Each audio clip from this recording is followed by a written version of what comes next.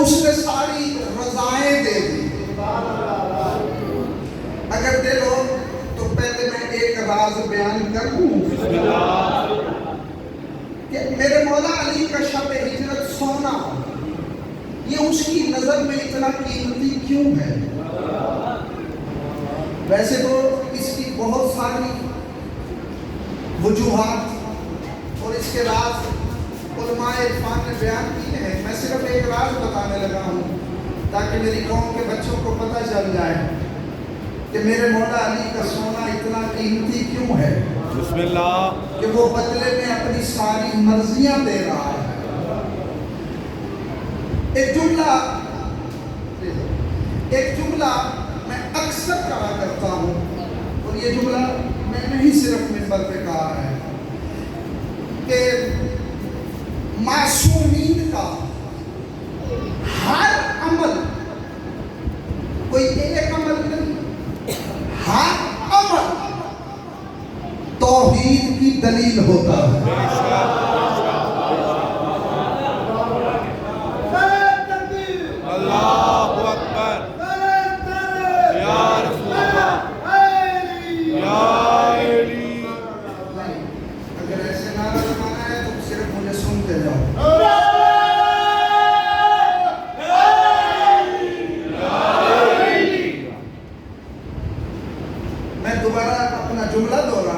بسم اللہ. کہ معصوم کا ہر عمل، چاہے وہ ظاہری زندگی ہو چاہے باطنی زندگی ہو، ہر عمل جہاں اس کے اور علل اور وجوہات ہوتے ہیں وہاں وہ دلیل توحید بھی ہے. یعنی میرے مولا علی کے ایک ایک عمل سے توحید ثابت ہوتی ہے. بے شک. اور شب ہجرت میرے مولا علی کا سونا اس لیے قیمتی ہے کہ یہ سونا ہی اس بات کی دلیل ہے کہ کوئی اللہ ہے.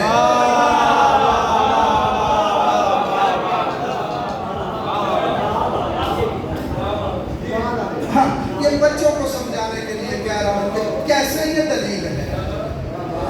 یہ تو جانتے ہو نا کہ میرے مولا علی کو لوگوں نے، انسانوں نے اللہ کہا. ویسے ہی اللہ نہیں کہا، اگر کچھ دیکھا تو اللہ کہا. واہ واہ واہ. یعنی جب علی بادشاہ کی قدرت کو دیکھا واہ واہ. تو اس قدرت میں وہی قدرت نظر آئی جو قرآن کہتا ہے یہ اللہ کی قدرت ہے. ہاں، جب جو بھی میرے مولا کا قرآن پڑھے، مسلمانوں نے اس زمانے میں جنہوں نے علی بادشاہ کو اللہ کہا قرآن پڑھا. قرآن میں اللہ کہہ رہے جنگ خندق میں کہ آج اللہ کا لڑنا کافی تھا، لڑا میرا مولا علی. سمجھ آ رہی ہے؟ تو لوگوں کو یہ شک ہوا کہ علی اللہ ہے. یہ شب ہجرت ظاہر میں اللہ رسول کو بچانا چاہ رہا ہے، لیکن اگر چاہتا شب ہجرت میرا رسول جب گھر سے نکلا ہے تو مشرکین مکہ وہ 40 لوگ جو رسول کو شہید کرنا چاہ رہے تھے وہ تو رسول کے دروازے کے باہر بیٹھے ہوئے تھے. رسول درمیان سے گزرا. اگر صرف بچانا مقصد ہوتا تو بستر پہ سلانا ضروری نہیں. میرے رسول جب درمیان سے گزرا، سورہ یاسین کی وہ آیت تلاوت کی، بسم اللہ. کسی کو نظر ہی نہیں آیا. تو اگر صرف بچانا مقصد ہوتا تو ویسے ہی رسول گزر گئے تھے. تو اس کا مطلب ہے صرف علی کا سونا یہ صرف رسول کا بچانا نہیں، کیونکہ مسلمانوں نے یہ پڑھ لیا تھا قرآن میں کہ اللہ وہ ہے لا تأخذہ سنۃ ولا نوم. اللہ وہ ہے جو سوتا بھی نہیں، جسے اونگ بھی نہیں آتی. اور میرے مولا علی نے کہا تھا اے ستارہ گواہ ہے نا تم نے مجھے کبھی سوتے ہوئے نہیں دیکھا. اللہ نے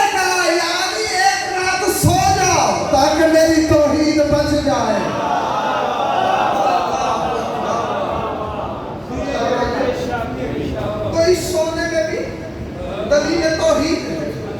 اسی لیے اللہ نے اس سونے کے بدلے میں، کیونکہ اس سے توحید بھی بچی، رسالت بھی بچی، اللہ نے ساری مرضییں، رضائیں میرے مولا علی کو بولو بیچ دی ہے نا؟ نہیں، اس سارے بولو ذرا، بے شک ساری رضائیں بیچ دی ہے۔ جاؤ، شیعہ سنی علماء نے یہاں لکھا ہے کہ ساری رضائیں اللہ نے میرے مولا علی کو بیچ دی ہے۔ یہاں میں ایک بات کرنا چاہ رہا ہوں، بسم اللہ اللہ سودا کر کے مکرتا تو نہیں، بے شک بولنا تو صحیح، مکرتا تو نہیں تھا، ایسا تو نہیں ہے۔ ہم لوگ سودا کر کے مکر سکتے ہیں، اللہ تو نہیں مکرتا نا۔ ساری رضائیں، مرضییں اللہ میرے مولا علی کو بیچ چکا ہے۔ اس کا مطلب یہ ہے کہ اللہ اب جو بھی کرنا چاہے اسے دیکھنا پڑے گا کہ علی راضی ہے یا نہیں۔ بولو، رضائیں جو بیچ چکا بے ہے، شک تو اگر اللہ کسی کی نماز قبول کرنا چاہے، اگر علی راضی ہے تو اللہ بھی، بولو، چلو میں اسی میں اگر آپ کو لے گیا تو کہیں اور بات چلے جائے گی۔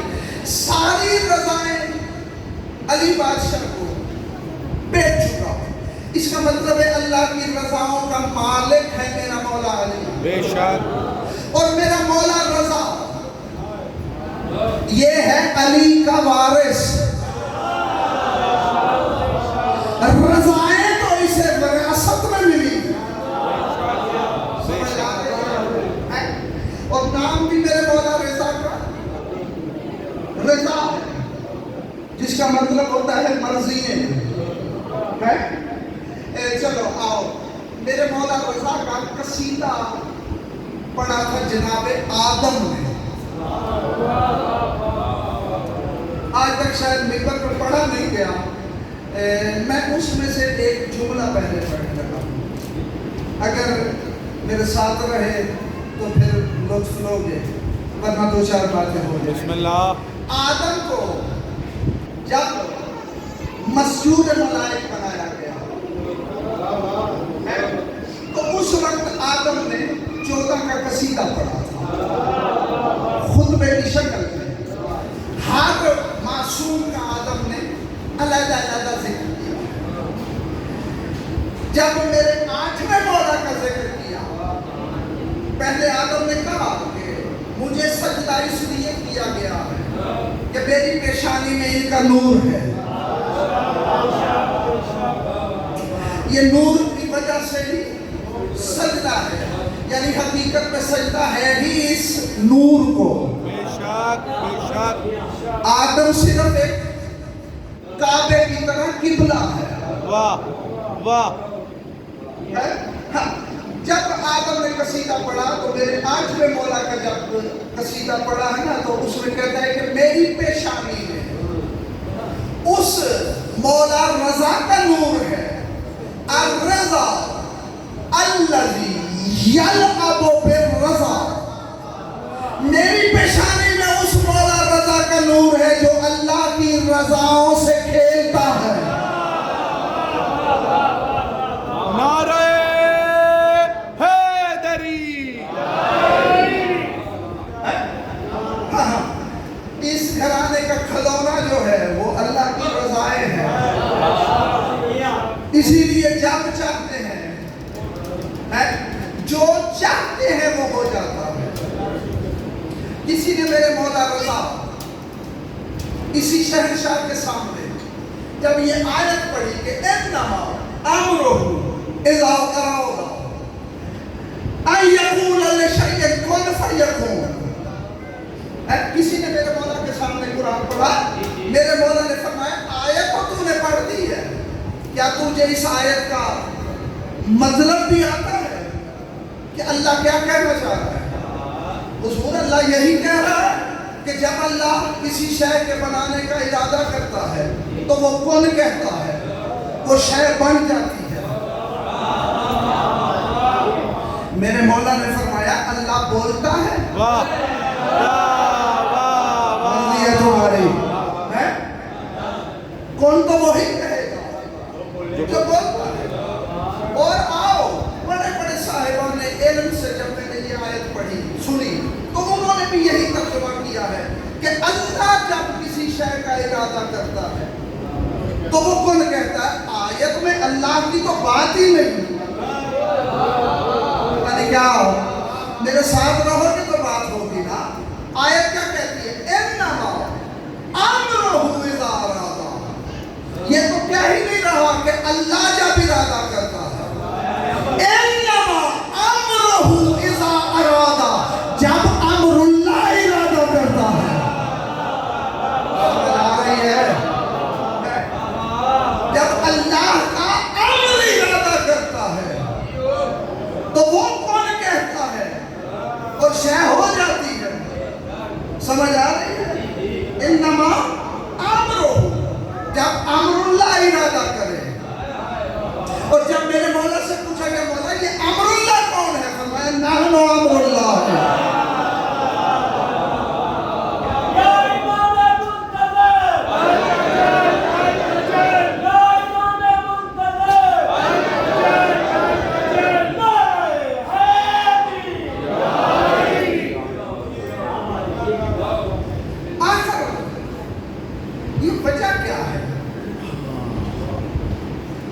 زمانہ سوچتا ہے کہ یہ ساری اللہ کی صفات ساری رضائیں یہ سب کچھ آخر ان کے پاس کیوں ہے. زمانے کو یہ ہضم ہی نہیں ہو رہی بات کہ آخر وجہ کیا ہے. توجہ کیونکہ یہاں گفتگو جب بھی مجلس ہوتی ہے جو بھی پروگرام یہاں ہوتا ہے اصل مقصد معرفت امام زمانہ ہے. تو پھر ہر بات میں یہ واقعات پڑھنے کا مقصد صرف واقعات سنانا نہیں ہوتا بلکہ اس کا مقصد یہ ہوتا ہے کہ اس سے معرفت بھی ہے. اور آؤ جو معرفت امام زمانہ کی میرے مولا رضا نے بیان فرمائی ہے. آؤ آج میں ایک ثبوت بھی دیتا جاؤں جس کی تلاش میں زمانہ ہے. آج کل زمانے میں بڑی یہ سوشل میڈیا پہ بحثیں ہو رہی ہیں یہ دعائے ظہور امام زمانہ کہاں لکھی ہے. حالانکہ یہ کم از کم 300 کتابوں میں یہ روایت میں خود دیکھ چکا ہوں.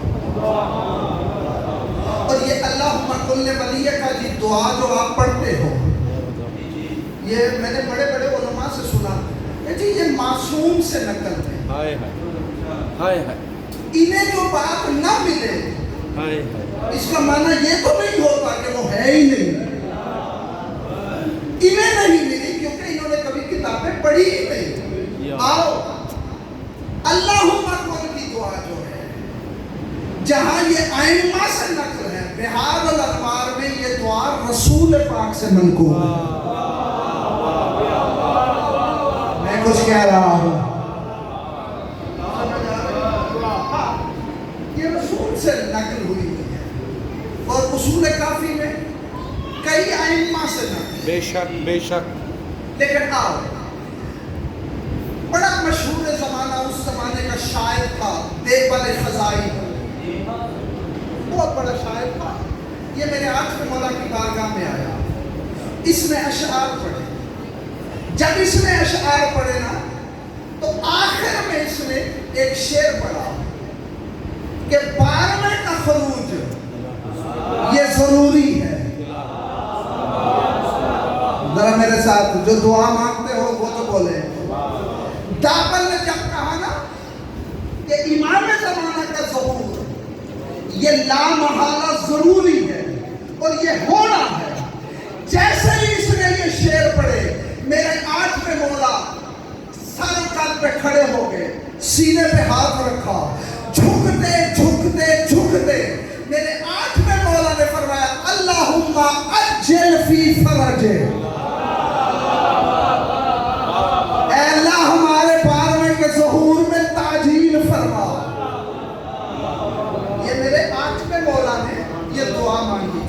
شک بے سمجھ شک آ رہی ہے؟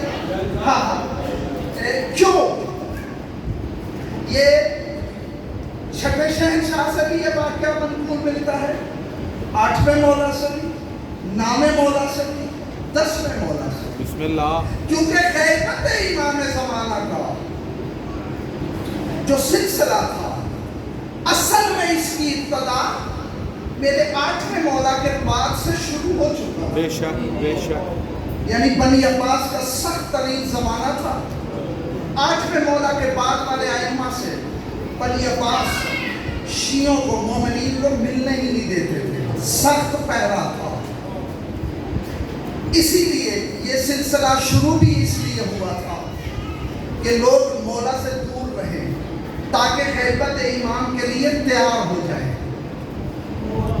بے شک میں نے کہہ دیا جو کہنا تھا۔ کیوں؟ جس کے دل میں سچی محبت ہو، جس سے محبت کرتا ہو، وہ محب تو اس کی غیبت برداشت نہیں کر سکتا ہے، اس کی جدائی برداشت نہیں ہوتی، اسی لیے مومنین کو تیار کیا گیا تھا۔ تو یہ میرے 8ویں مولا نے یہ ظہور کی دعا مانگی اس وقت مومنین نے۔ آج جو میں بیان کر رہا تھا کہ ان واقعات میں جو راز ہیں وہ راز تلاش کریں۔ دل ہے آپ کا بھی؟ آؤ، یہ ساری رضائیں ان کو کیوں ملی؟ کیا وجہ ہے کہ اللہ ان کی مرضی کے بغیر کسی کو جنت نہیں بھیجے گا؟ چکر کیا ہے کہ ان کی محبت کے بغیر اللہ کسی کو شریف ماننے کے لیے تیار نہیں؟ کیا وجہ ہے کہ ان کی ولایت کے بغیر اللہ کسی کے عمل کو قبول کرنے کے لیے تیار ہی نہیں؟ آؤ چلو ایک بات بھی کرنا جو میں نے کرنی نہیں تھی، لیکن آؤ، آج کل پوچھا جاتا ہے نماز میں مولا کا نام لے سکتے ہیں یا نہیں؟ آج آپ کو وہ دلیل بیان کرنے لگا ہوں جو آج تک منبر پہ بیان نہیں، بسم اللہ اور کوئی عالم اس دلیل کا انکار نہیں کر سکتا۔ بسم اللہ جتنی بھی بحثیں کرو نا تو مولوی تمہیں کہتے ہیں جی نہیں، کوئی سیدھی صریح روایت دکھاؤ۔ آؤ وہ دلیل بیان کرنے لگا ہوں جس کا تعلق میرے 8ویں مولا سے ہے، بسم اللہ اور کوئی مولوی اس کا انکار بھی نہیں کر سکتا۔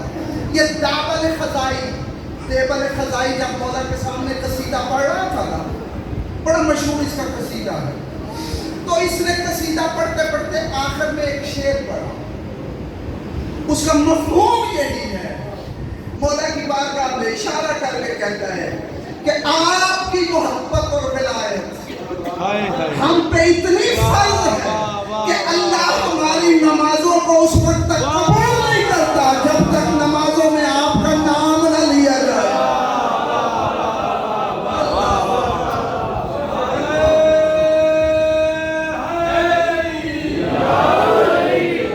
کیا کہا؟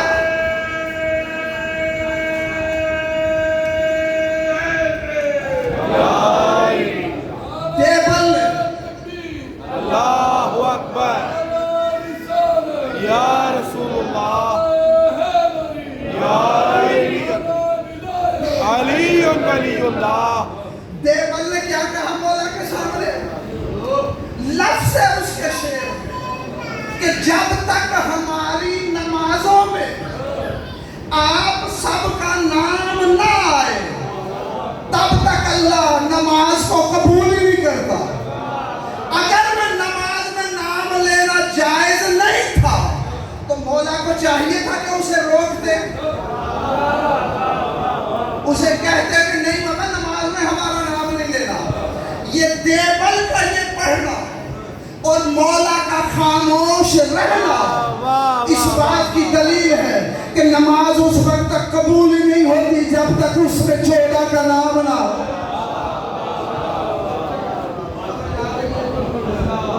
لیکن آؤ، سوچنے کی بات وہی ہے جو میں پہلے کر رہا ہوں کہ چکر کیا ہے؟ اللہ دین کے بغیر ہائے ہائے کسی بات پہ راضی نہیں ہوتا. بسم اللہ. آخر اس کی وجہ کیا ہے؟ اس کی وجہ یہ ہے ہم سارے مومن ہیں. بولو تو صحیح. بے شک. سارے مولا کے غلام ہونا, سارے ہونا. ہماری کوشش کیا ہوتی ہے مولا راضی ہو. کہ ہر وہ کام کریں جس سے مولا راضی ہو. یعنی ہماری زندگی کا, ساری زندگی کا مقصد ہی یہ ہے کہ مولا راضی ہو جائے. بے شک. اللہ سب کچھ ان کے حوالے کیوں کر رہا ہے؟ بسم اللہ. کیونکہ انہوں نے ساری زندگی یہ کوشش کی کہ اللہ منوایا جائے.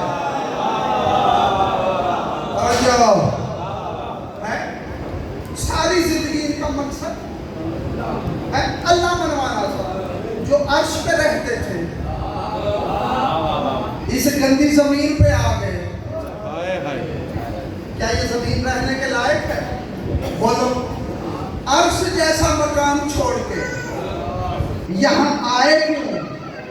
یہ مشکلات کیوں اٹھائی؟ تکلیفیں برداشت کیوں کی؟ اللہ منوانے کے لیے.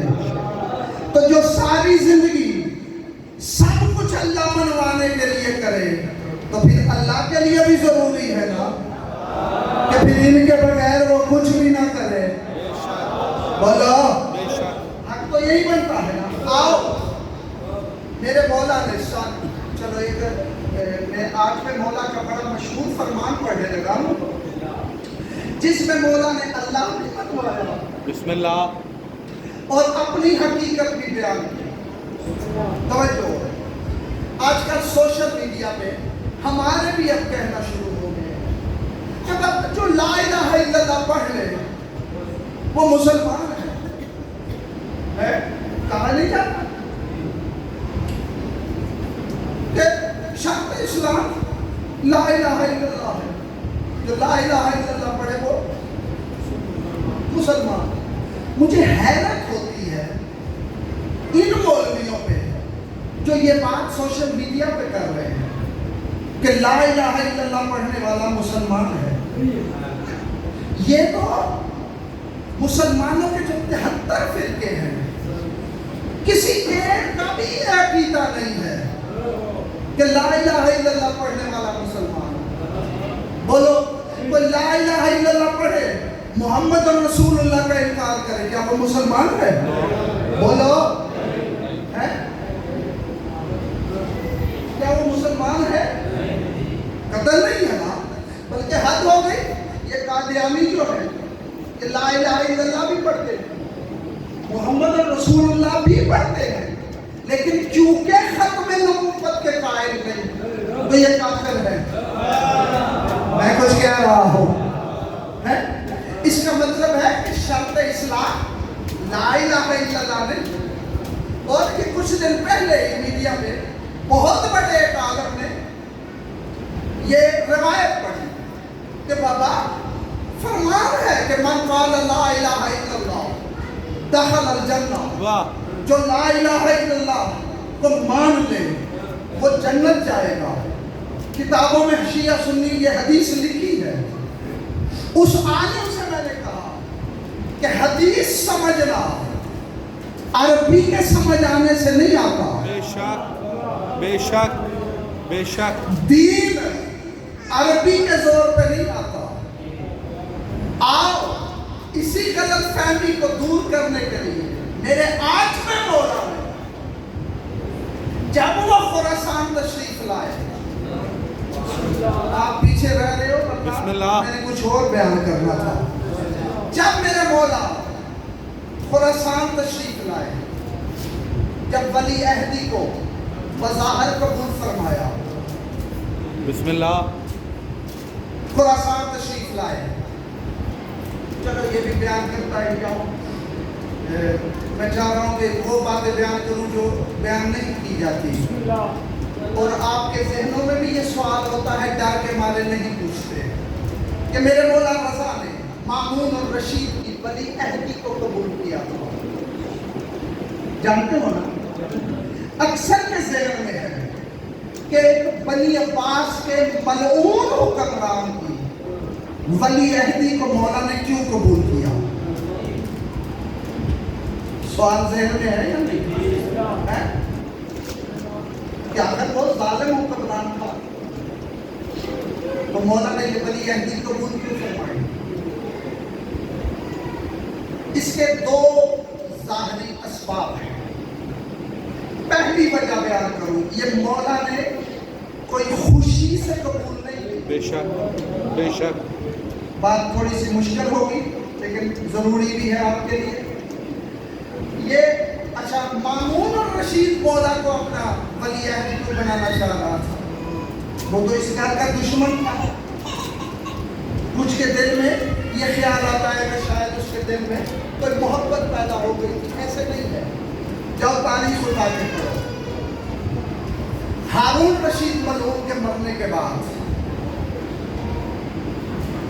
اس کا ولی عہد عرب میں جو بادشاہ تھا وہ امین بنا تھا. مامون الرشید کا بھائی ہے وہ حاکم بنا. مامون الرشید کو حکومت نہیں ملی تھی. ہاں، اس کو حکومت ملی ہی نہیں. اس کو ملی کیونکہ اس کی ماں عرب تھی. مامون الرشید کی ماں ایران کی تھی. اللہ. ایران کی ایک کنیز تھی اس کی ماں، اس لیے اس کو حکومت نہیں ملی. اس کو ملی. مامون الرشید ایران آیا. اس وقت ایرانیوں میں علویوں کا راج تھا. ایرانیوں کی بھی حکومت تھی لیکن دار الخلافت اور مکمل حق حکومت امین کی تھی. ہارون رشید کے بیٹے ایران پہ بھی عرب پہ بھی. یہ ایران آیا، اس نے ایرانیوں کو اکسایا، علویوں کو بھی اور ایرانیوں کو بھی. اس نے کہا دیکھو تم ایرانی لوگ، تمہاری بڑی حکومت تھی، تمہاری بڑی عزت ہے، لیکن یہ عرب کا تعصب تھا جو میرے بھائی کی ماں کیونکہ عرب تھی اس لیے حکومت اس کو مل گئی. ملنی تمہیں چاہیے تھی. تم نے بڑے کام کیے ہیں، بڑا جہاد کیا ہے کسی دور میں، تو حکومت تمہارا حق ہے. اگر تم میرا ساتھ دو اور میرے بھائی کو قتل کروا دو تو میں حکمران بن جاؤں گا، جس کے بدلے میں تم لوگوں کو بھی حکومت سے کچھ حصہ دوں گا. اس کے ساتھ لوگ مل گئے، ایران کی فوج بھی مل گئی. انہوں نے مل کے بغاوت کر کے اس کے بھائی کو قتل کیا. امین باللہ. جب اسے قتل کیا تو حکومت اس کو مل گئی. اب جب یہ حکمران بن گیا تو ایرانیوں نے، کیونکہ اس وقت ایرانی علوی تھے، اہل بیت سے محبت کرنے والے تھے، انہوں نے جو مطالبات لکھے تھے اس میں سے ایک مطالبہ یہ تھا کہ مولا رضا ایران کا حکمران ہو. سمجھ آ رہی ہے؟ اور دوسرا مطالبہ یہ تھا کہ مولا رضا کے نام پر سکہ چلے. یہ مامون کی خواہش نہیں تھی، وہ تو ملعون تھا، اہل بیت کا دشمن تھا. یہ ایرانیوں کی خواہش تھی. تیسری خواہش یہ تھی کہ سیاہ لباس جو فوج کا ہے وہ بدل کے سبز لباس میں بدل جائے. اور بھی بہت سارے مطالبات تھے. یہ مامون نے یہ مطالبات پورے نہیں کیے. جب نہیں کیے تو ایرانیوں نے اس کے خلاف اور علویون نے اس کے خلاف بغاوت شروع کر دی. توجہ، جب اس نے دیکھا کہ یہ وہی ہیں جنہوں نے میرے بھائی کو قتل کر کے حکومت میرے حوالے کی تھی، اب اگر یہ بغاوت کریں گے تو میری حکومت بھی ختم ہو سکتی ہے، اس نے اس ایرانیوں کو خاموش کرانے کے لیے میرے مولا رضا کو خط لکھا. مدینے میں ایک مرتبہ نہیں، کئی مرتبہ خط لکھا. اب اس خط میں بھی اس کی چلاکی تھی. ہے مشکل بات، مناسب مجالس میں ایسی باتیں ہوتی نہیں، لیکن یہ آپ کے لیے ضروری ہے. اس میں ایک بہت بڑا راز ہے. بسم اللہ. ہاں، اس نے مولا رضا کو خط لکھا. یہ تو جانتے ہو نا ان ملعونوں کو مشورہ دینے والا ابلیس ہی ہوتا ہے. اس نے ظاہر میں خط میں لکھا مولا میں چاہتا ہوں کہ یہ حکومت آپ کے حوالے کر دوں ہے اور میں حکومت سے معذور ہو کے آپ کے حوالے حکومت کرنا چاہتا ہوں. ذہن میں اس کے لیے تھا کہ مولا اگر قبول کرے تو میں دنیا کو کہوں گا کہ یہ بنی ہاشم حقیقت میں حکومت چاہتے تھے. توجہ مولا نے ہر خط میں جواب میں لکھا کہ حکومت اس وقت ہوگی جب ہمارا منتقم آئے گا.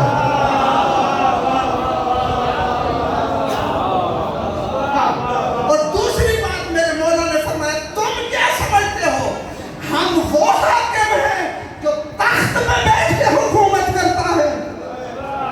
تخت میں حکومت وہ کرتا ہے جس نے ملک فتح کیا ہو. ہم وہ حاکم ہیں جن کے قبضہ قدرت میں کائنات ہے. سمجھ آ رہی ہے؟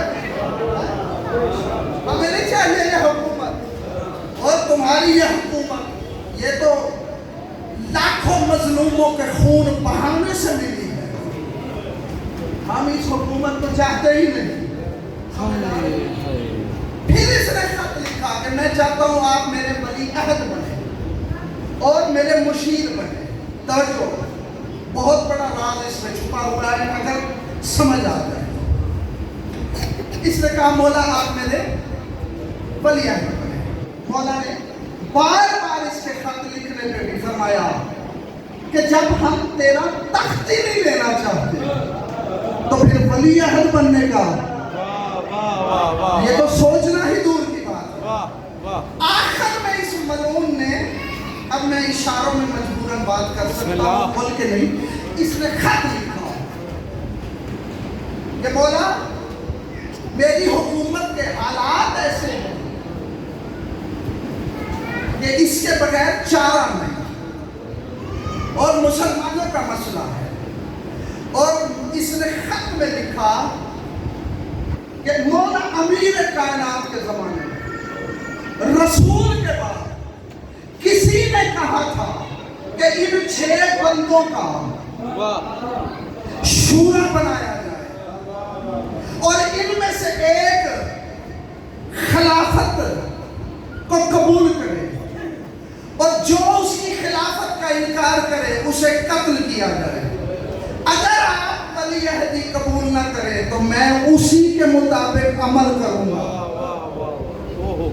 سمجھ آ رہی ہے؟ میں اس سے زیادہ نہیں بتا سکتا. اگر آپ ایسا نہیں کریں گے تو میں حکومت بچانے کے لیے وہی عمل کروں گا جو سقیفے میں ہوا تھا. اور پھر اس سے امت اسلامیہ کا خون بہایا جائے گا. آپ مجبور ہیں کہ یہ قبول کریں. توجہ بسم اللہ. جب اس نے کہا تو مولا نے 6 جملات ارشاد فرمائے خط میں لکھے. فرمایا ایک شرط پہ قبول کروں. بسم اللہ. لا اعمل ولا انہا ولا افتا. مولا نے فرمایا 6 شرطیں ہیں. پہلی شرط ہے میں تیرے بنائے ہوئے قانونوں کو بدلوں گا نہیں. نہیں میرے ساتھ رہو. نیا کوئی قانون نہیں بناؤں گا. تیری حکومت میں کوئی فتویٰ نہیں دوں گا. اللہ اکبر. مولا نے فرمایا جمعہ نہیں پڑھاؤں گا, عید نہیں پڑھاؤں گا, کوئی حد جاری نہیں کرواؤں گا. توجہ. اس نے کہا مولا پھر تو آپ نے کچھ قبول ہی نہیں کیا. مولا نے فرمایا تو کیا سمجھتا ہے میں صرف امام ہوں؟ میں اللہ کے ارادوں کا مالک ہوں اور کبھی بھی شیطان کے ارادے پورے نہیں ہو سکتے. مجبور تھا قبول کر دیا. توجہ اب ذرا ذہن میں رکھنا مولا نے کیا فرمایا. فتویٰ نہیں دوں گا. پتہ نہیں کہا ہو. مولا نے کیا فرمایا.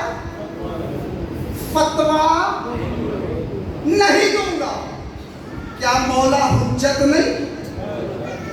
بولو تو یہ کیوں فرما رہے ہیں کہ فتویٰ نہیں دوں گا؟ دین تو وہی تھا جو مولا بتاتے، یہ کیوں فرما رہے ہیں کہ فتویٰ نہیں دوں گا؟ یہی بتا رہے ہیں اگر حکمران ظالم ہو تو ظالم حکمرانوں کے درمیان فتویٰ دینے کا حق کسی کو بھی نہیں۔ پتہ نہیں کس خیال میں بیٹھے، چھوڑو اس بات کو، میں کہیں اور چلنے لگا ہوں ہے۔ بس مولا نے فرمایا عید نہیں پڑھاؤں گا، جمعہ نہیں پڑھاؤں گا۔ اگر جمعہ اور عیدین اتنا ضروری تھا تو یہ مولا نے شرط کیوں رکھی؟ بولا تو صحیح ہے، اتنا اہم فریضہ تھا، یہ شرط رکھی کیوں ہے؟ کیوں؟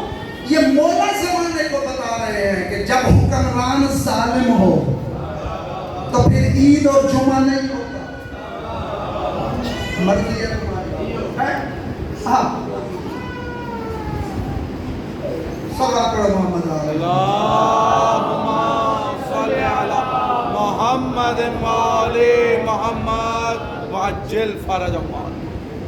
پھر صلوات پڑھو محمد۔ اللہم صلی علی محمد وآلِ محمد وعجل فرجهم۔ لیکن امام کا فریضہ بھی ہوتا ہے کہ حق بیان فرمائے۔ چھوڑ رہا ہوں اس بات کو، کہیں اور سے وقت بھی نہیں رہا، ورنہ کچھ میں نے بیان کرنا تھا کہ تمہاری آوازیں مجھے بیان نہیں کرنے دے رہی۔ سرکار ہم سب بڑے انہمات سے آپ کی بات سن رہے ہیں، کیونکہ نئی بات بتا رہے ہیں۔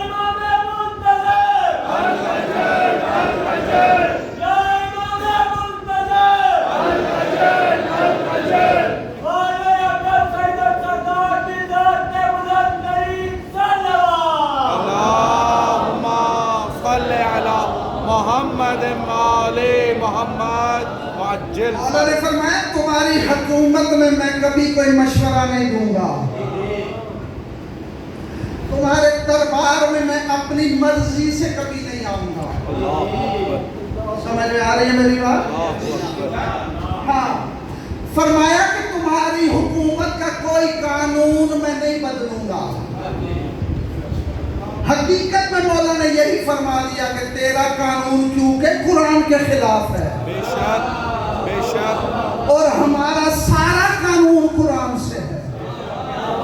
اور پھر فرمایا جمعہ اور عیدین نہیں پڑھوں گا، ایک جمعہ اور عیدین بھی میرے مولا نے نہیں پڑھائی۔ بے شک بے شک، حالانکہ جب ولی عہد تھے ہے، زمانہ ہی ان کے پیچھے تھا، تو خراسان میں تو پڑھا لیتے، اپنے علاقے میں پڑھا لیتے، بے شک۔ یہ کیوں نہیں پڑھایا؟ یہ زمانے کو بتایا کہ جمعہ اسی وقت واجب ہوتا ہے جب حجت خدا کی حکومت ہو۔ سمجھ میں آ رہی ہے میری بات؟ اللہ اکبر۔ اور بڑا مشہور واقعہ ہے، علماء عید والے دن یہ واقعہ تمام علماء تقریباً پڑھتے ہیں، لیکن پتہ نہیں کیوں سبق نہیں لیتے اس سے۔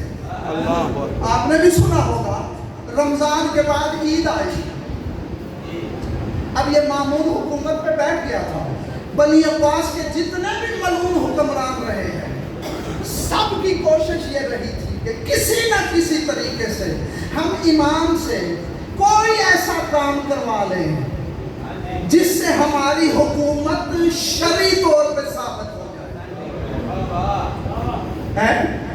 زمانہ ہمیں حاکم نہیں اولی الامر مان لے، ہر حکمران کی یہ کوشش رہی، بلکہ رسول کے بعد